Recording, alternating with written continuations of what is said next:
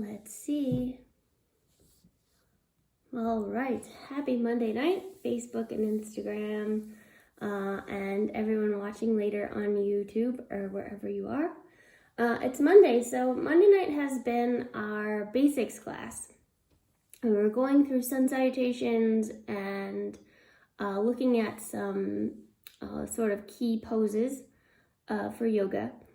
But we kind of went through the 4 weeks that I intended to go through, and now I kind of want this class to shift a little bit. So Monday nights are going to be, I'm going to call it Asana Alignment Class.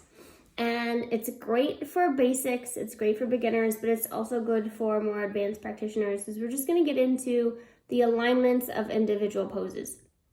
So I am a bit of an alignment junkie. That's kind of what my lineage of physical yoga is all about, thinking about alignments and how they apply. And so I'm going to have this Monday night class be a really alignment focused class. Anna, hello. I'm so glad that you're there. So cool.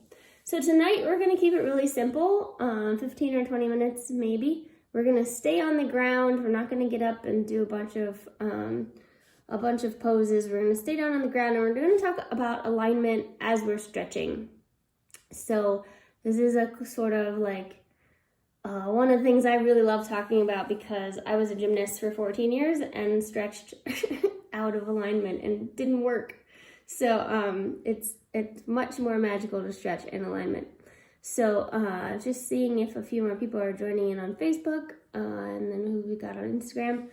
But we can go ahead. I'm going to go over to my mat, so I won't be able to see who all is joining in once I get over there. But yeah, we'll do 15-20 minutes of stretching on the ground tonight. Nothing too complicated, but we're going to talk about alignment as we go. So please join me. So you'll notice, if you've ever noticed, actually if you've been at this Monday night class, I don't do this very often, but if you notice, I tend to sit on a block when I sit cross-legged on the ground. You might get into other yoga classes and see people do that, or sit on like a blanket or a bolster. The reason for that is everyone has more or less tight hips. A lot of us in like Western world have very tight hips. I rode horses all my life, and like the squeezing to ride horses, I think just made it so my hips are like always super tight, even when I'm stretching them a lot. And so I sit up on a block. This is our first alignment tip for tonight. I sit up on a block because if you can get your knees kind of in alignment with your hips, it helps you to keep your spine long. So if I sit on the ground, I tend to like, my knees kind of come up and turn sideways. You can like see, you end up rounding, and we want to try to avoid that. So when the knees come down, you can sit up nice and tall. So if it's uncomfortable for you to sit on the ground, you can elevate your booty and get the knees and the hips in line with each other, and then you can keep the spine long. All right, enough of the alignment for now. Let's go ahead and just get centered and come here together. Whether you're here with me right now or you're watching later, it doesn't matter. Still the same energy that we're projecting through the world, and just taking the time to center ourselves before we start is so incredibly important. Taking the time to set intention for our time together is so incredibly important. So however you're sitting, and if sitting cross-legged just doesn't work for you, sit a different way. It's totally okay. Let the hands rest on your knees or your lap, whatever makes the most sense. And you can go ahead and close your eyes. Take a nice easy inhale and a nice easy exhale. Let your awareness settle there onto your breath. Let your breath grow a little longer and a little bit deeper. And tonight, as we go through this simple stretching sequence on the ground, we're going to be talking about making space in our physical body, but also about making space in our life and giving ourselves permission to slow down and to make the space for our thoughts, for our emotions, for whatever it is that we need to be feeling and doing in that moment. So if you want to set an intention around making space and giving yourself permission, you can do that. If you want to set an intention for something else entirely, that's totally okay too. Whatever you want to focus on for the next 15 or 20 minutes while we're here together, it's just for you. You don't have to share it. But let something arise for you from your heart, your mind, or your spirit. And whatever that intention may be, just hold it in the space of your heart and take a few more nice long breaths.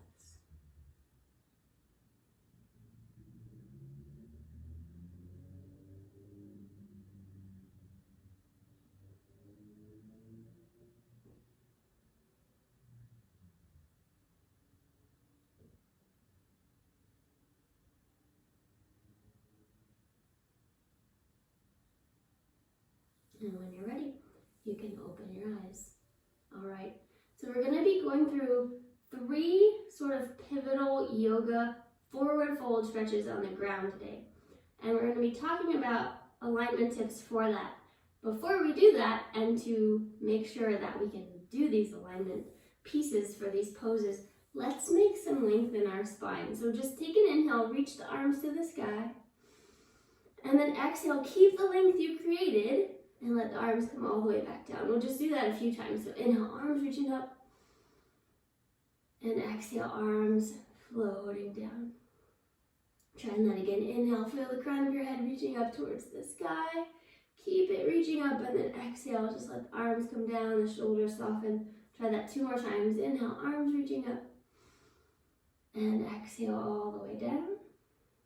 And again, inhale, arms can reach up, and exhale all the way down. So we're thinking about making length in our spine, and part of that is stretching to the side of our waist. So inhale, both arms to the sky. Exhale, we'll take the right arm down and reach up through the left.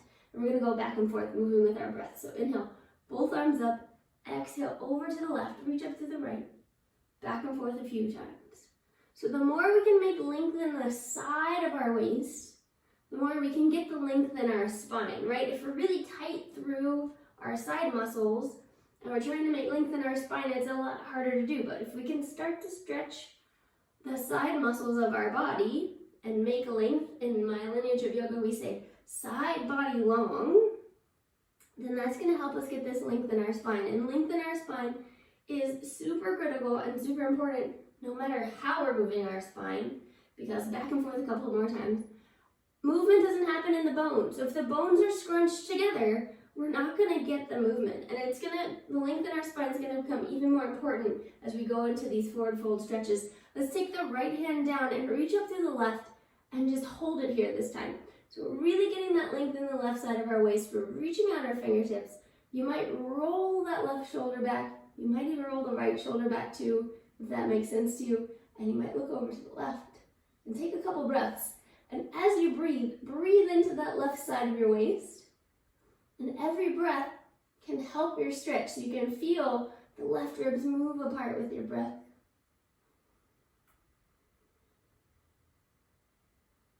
And then inhale back to the center, and we'll go over to the left. So now the left hand goes down, the right hand reaches up. Roll the right shoulder back, maybe roll the left shoulder back. Reach and extend out your right fingertips. Maybe you're looking over to the right. Breathe into that right side of your waist. And let every breath deepen the stretch, moving those little intercostal muscles between your ribs. Take another big breath. And then go ahead all the way back to the center. All right, let's come on. If you're up on something, you can go ahead and come off of it and set it off to the side. I'm going to turn sideways, and we're going to go through 3 of our forward fold stretches. These 3 stretches are great. I like to use them at the end of classes periodically. This is a little sequence that I use at the end of class for forward folding, stretching out our hamstrings. So if you are new to yoga and you come into a class and you get ready to do some forward folds on the ground, the teacher might say to you, we're going to root our sit bones down by moving the fleshy part of our leg out from underneath our sit bone, which seems like an odd instruction at first. But basically what you do is grab the meaty part of your leg and move it out to the side. You can do it on both sides. And the goal of that is so that you can feel your sit bones, little knobby bits in your butt, sitting on the ground. And when make more contact with the ground without having a bunch of, muscle underneath them, then that's going to help us to make this nice long spine. So we're going to think about keeping the back as long as possible. Both legs are nice and strong and straight, so we're engaging the muscles. We can talk about yin yoga later. This is normal active yoga class. So we've got muscles engaged all along the legs. I like feet flexed and activated. And you can inhale the arms to the sky, and then exhale, start to fold forward, leading with your heart. And I like to say fold forward until that place where your back starts to round, and then back off a little bit so the back can stay long, and then just bring the hands down. So you don't need to overreach towards your feet. You can bring the hands down to the shins or the knees or whatever makes sense. And then every time you inhale, let the spine get a little longer. As you exhale, fold forward, leading with your heart.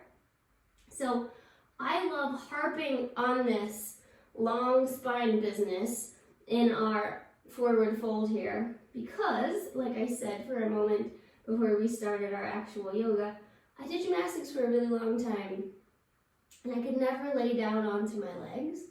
And part of the reason for that was I thought the goal was to get my head down to my legs, and so I was trying to bring my head down, and you can see when I do that, it just rounds my back. And when you round your back, you lose the stretch in your legs, and you're just getting roundedness in your back. If you round your back, what happens is the vertebrae touch each other, and they can only round so far. If you're wanting to stretch your back that way, that's great, and you can do that. But my guess is when we're doing this forward fold, what we're wanting is to stretch our hamstrings, right, the back of our legs. And if we keep our spine long and we fold forward consciously, taking the heart down rather than the head down, our hamstrings can get theoretically infinitely flexible, right? We can keep working on it. Our back can only round so far, but our hamstrings can get really flexible. So thinking about heart to the knees rather than the head to the knees, just be here for a few breaths. And when you're stretching in your yoga practice, in a yoga class or your home practice, it doesn't have to be a static hold. I love using the breath with some movement. And so your inhale, you're making length in space, and you're exhaling, folding some more. And so it turns into this almost like inchworming down, which in yin yoga, this pose is called caterpillar because you do inchworm along, but yin is a whole other thing that we can talk about in a different Monday night class. So be here for a few more breaths, still thinking about long spine, heart to the knees.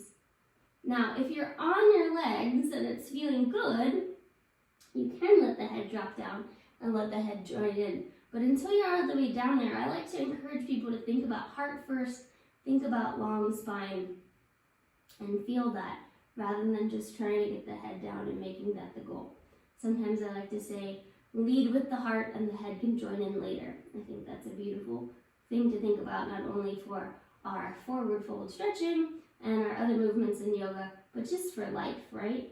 Lead with the heart and let the head join in once it gets on board. Let's take another breath.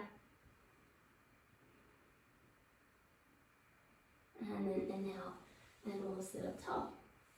All right, I'm going to turn sideways. You guys can turn however makes the most sense for you. And let's take the legs out nice and wide. And so we're going to do the same thing. Root the sit bones down. That means grab the meaty part of your upper thigh and your glute, move it out from underneath so the sit bones can connect to the ground. And we're going to fold forward in this pose just like we did with our legs together. So inhale, arms to the sky, think long spine, leading with the heart, and we'll fold forward. And same thing, we don't have to bring the head down. We're thinking about bringing the heart down. Sometimes in this pose, I like to tell my students we're happy turtles, not sad turtles. So sad turtles have their heads in their shell, with the shoulders up by the ears. Happy turtles have the heads out, being curious and interested, right? So we're making this length in our spine as we're folding forward, making space for this forward folding movement to happen.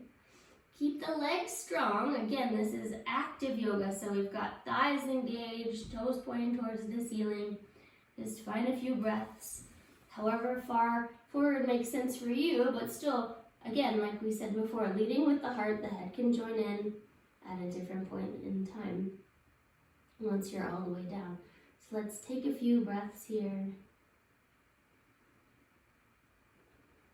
And again, it's a dynamic stretch. Even though it seems like you're just holding it, if it starts to feel good and you're inhaling, you're making the length, you might start to fold down a little more. It doesn't have to be in that place where you landed at the beginning, right? As you start to stretch more, you might get a little further down.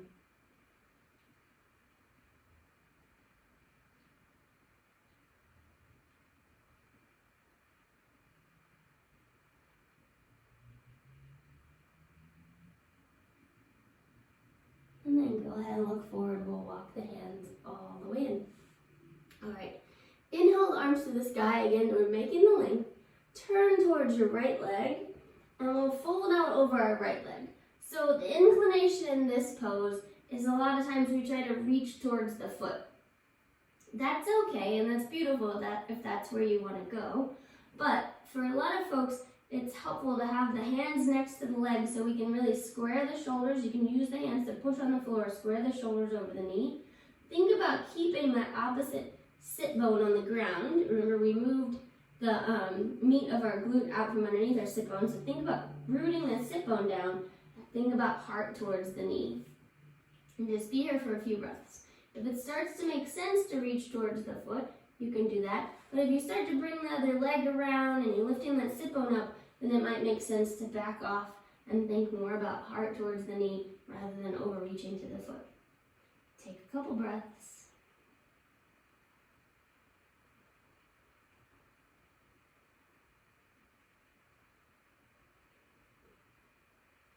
And then go ahead and walk the hands in. Reach both arms to the sky, turn towards your left leg, and then heart towards the left knee. Thinking about heart forward, not too worried about the head. Someday you'll be down there and you can let the head join in. Think about that opposite sit bone staying down. Maybe you're using your hands to square the shoulders over the leg. If you want to reach for the foot, if that makes sense, you can. But if not, that doesn't have to be the goal. Be here for a couple breaths.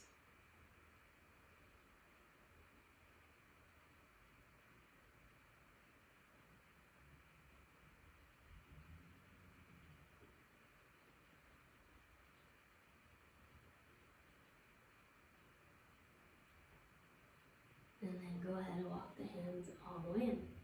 So we've been folding forward for the last two poses. This pose with our legs out wide, we're going to also add a side bend. And just like when we fold forward, we want to keep the length in the spine. So inhale both arms to the sky. We've got this space and length here. We're going to drop our right arm down and take the left arm up and over. This is kind of like what we did at the beginning with our legs crossed. So we're making the length in the space so we can get this movement over to the side. So eventually, your hand will come and grab your foot. But we want to do that from a place of lengthening from our side and coming up and over the top to grab, rather than shortening the side and coming around from the front to grab. So if you're just grabbing just to grab because that feels like the goal, let go of that idea. And instead reach up and out first. And if someday the hand comes up and over the head, and you can keep the length and you can roll the heart up to the sky, that's beautiful. But if not, just keep reaching out that hand, reach out the fingertips, and roll the heart open so you're getting that nice length in your side. Take a couple breaths.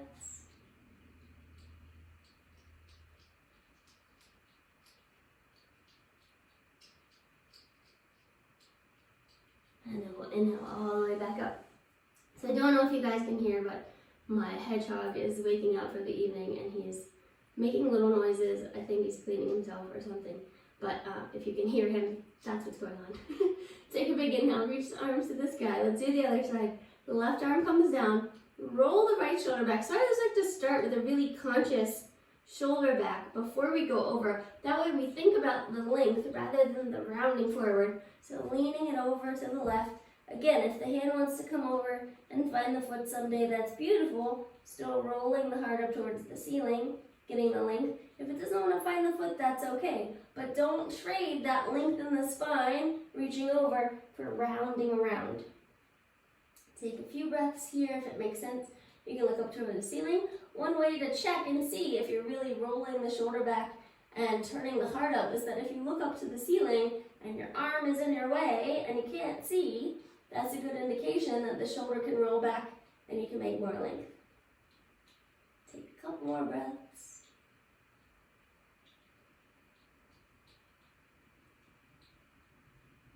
And then inhale all the way back up. All right, let's wiggle the feet together. Give both legs a little shake. And then we'll draw the bottoms of the feet together. So this is Baddha Konasana, bound angle pose.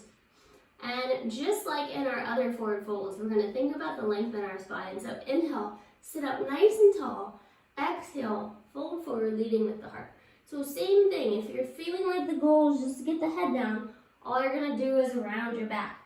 If you can think about the heart forward first, eventually you're going to get further. You might not get further right away. It might feel like less, but eventually the flexibility is going to come and you're going to get further than if you just round your back down and pull your head down towards the ground.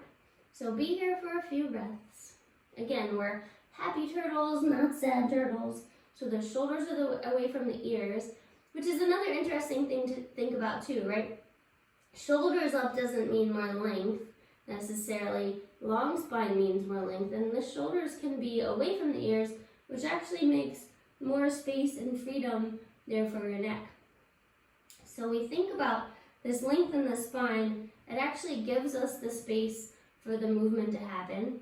When we give ourselves permission to think about long spine, lead with the heart, let the head join in later, it actually creates more space in our practice and lets us go further and do more. And it's interesting, off the mat the same thing is true.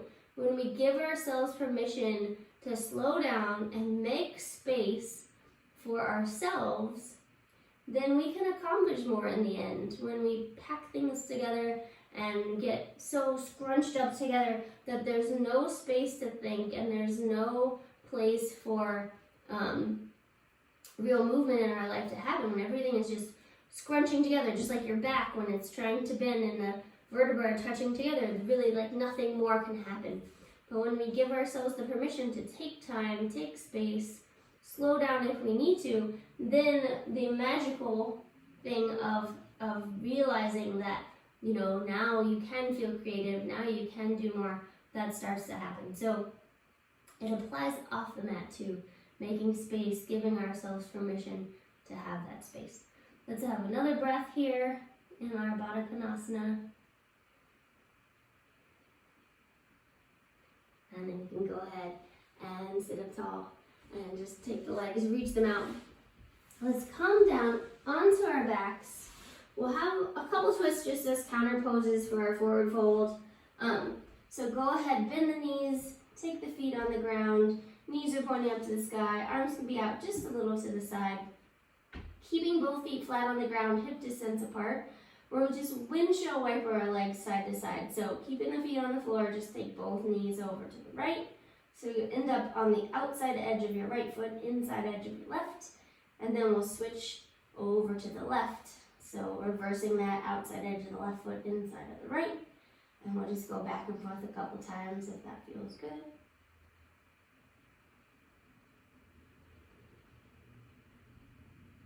So these forward fold poses that we did tonight, our Paschimottanasana, our Upavista Konasana, and our Baddha Konasana, these are poses you can use at the end of your practice as sort of poses to wind down, also poses to open up your hamstrings, get that forward folding action going, and really just to turn inward and give yourself that space and permission to, you know, turn off the world around you, turn inward to yourself, and see what that does for you. All right, bring both legs back to center. We'll reach both legs straight out onto our mat, adjusting ourselves however we need to feel comfortable. Arms can come down beside us. Palms can face up towards the sky. Let's go ahead and close our eyes. So if you're new to yoga, or if you just need a reminder, it's so important to take the time and make the space for Shavasana. Sometimes in our home practice, when we're by ourselves, we think, oh, I don't need to take the time to do Shavasana. I can just get done with my stretching and my strengthening and all the things I did in my practice and just go about my day because, you know, I'm busy and I don't have the time for that. But Shavasana is one of our most important poses. So be here. We're not going to be here super long. We didn't do a huge practice, but just be here for a few minutes. Really let your body sink into the ground, sink into your mat. One of the beautiful practices from one of my lineages of yoga, Kashmir Shaivism, gives these detailed instructions about Shavasana, where it invites you just to let yourself be heavy, let yourself be supported by the ground. Give yourself that permission just to relax and notice how much we hold ourselves even when we think we're just laying on the floor. Can you let go a little bit more of that action of your muscles? Can you let go a little bit more of that holding, whatever position your body is in? Can you let go of whatever control that you're holding over your breath? Lastly, certainly not least, can you let go of whatever control that you're holding over your mind? You don't have to ask it to be quiet. Whatever it comes up with, you don't have to listen. Just be here for a few moments and enjoy these last few minutes on your mat.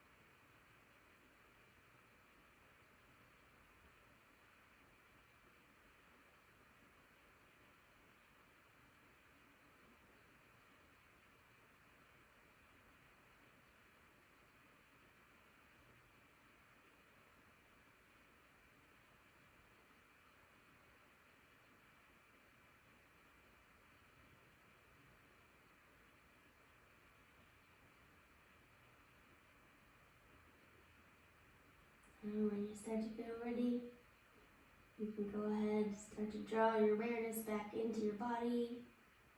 Without controlling, bring your awareness back to your breath.